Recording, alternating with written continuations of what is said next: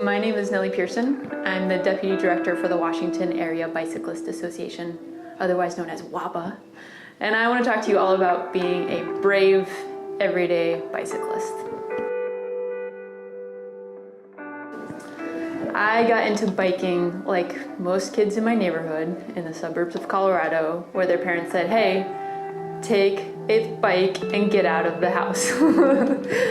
Biking quickly became this freedom machine for me. So as an only child, I came home at 3 p.m. My mom was at work. My bike got me out. It got me into the field. It got me into a lot of danger, I will admit.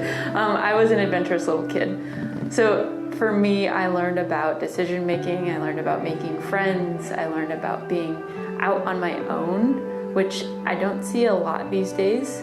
And so I'm really grateful that the bicycle became this vehicle for independence. I learned, okay, I need to manage my time well.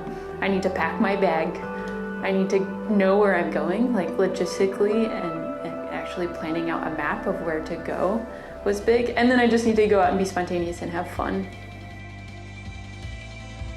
So not only was I getting out on my own and spending good quality time by myself, which I think is really important for kids, at this young age I was going out and I was finding all of these different friend groups and friend types in my neighborhood that, I mean, otherwise we would be in our own living rooms watching our televisions, playing our video games completely separate.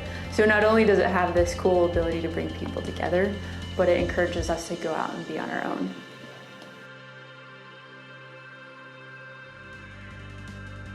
So being raised a tomboy, I definitely see certain advantages, and I definitely think that it is beneficial for little girls now.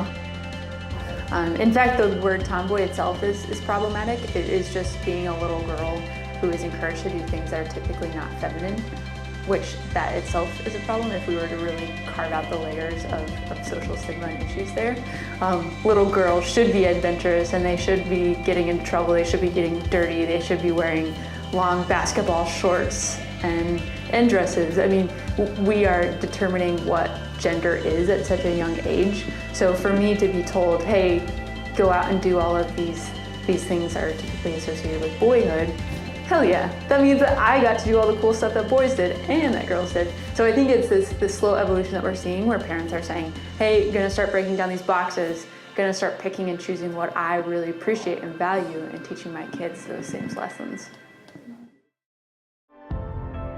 Last thing on biking as a kid, which I thought was really important, was to get outside of a home that in many ways for me was broken. And I'm sure so many people can relate. And I had a great upbringing. I'm so lucky in so many ways.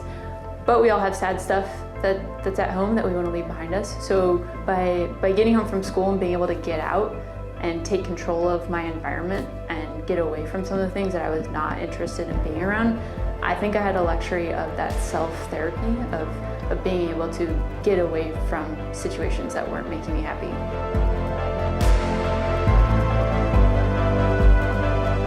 So it's not just a vehicle for adventure, it was a vehicle away from sadness. Being able to bike is a way to take control at whatever age, especially for young kids. For me, it became, again, like part of my personality and a part of who I was because it gave me so much.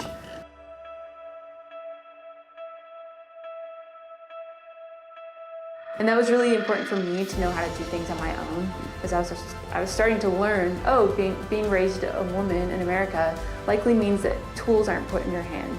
Likely means that you're taught how to ask other people for help, which is great, but it also means that I'm less likely to do that work on my own.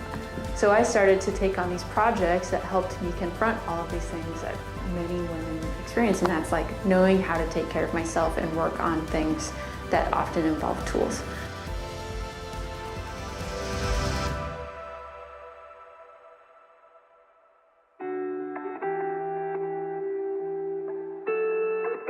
I realized that I was going to dedicate myself to climate change work, and then immediately knew that I was not a policy person, that I was not going to be working on national campaigns or local campaigns to try and reduce emissions, that I needed something concrete that I could participate in, and something that would deliver a solution to so many people that was nonpartisan. So I decided to pack up and move to DC. And then I started volunteering for the Washington Area Bicyclist Association, because clearly they are the movers and shakers when it comes to changing our bike environment here in the region. My plan was to move to DC, become a bike lobbyist, learn everything I could learn in a place that has the resources to make quick change, to make really effective change. And then I was going to move back home and take everything with me. I was going to go back to Denver. Lo and behold, I fell in love with the District of Columbia, and it's been 6 years now, and I can see myself living here the rest of my life. So WABA not only gave me this opportunity to learn everything, learn so much about bicycle advocacy, but it gave me this opportunity to fall in love with the place and find a home and find people that really support me and find people that are all around me doing really cool, productive things in our world. The tool that we're all excited about, biking, has this way of forming these close bonds and these close relationships so that there naturally is going to be a community. And the good thing is that so many types of people bike, so there's all of these subsets within the community. Like in DC, we probably have 40 or 50 groups that are within this big tent. So there's all of these folks that come together through their own personal identities and the intersection of their identities, and they get on their bikes and they find and build community all around them.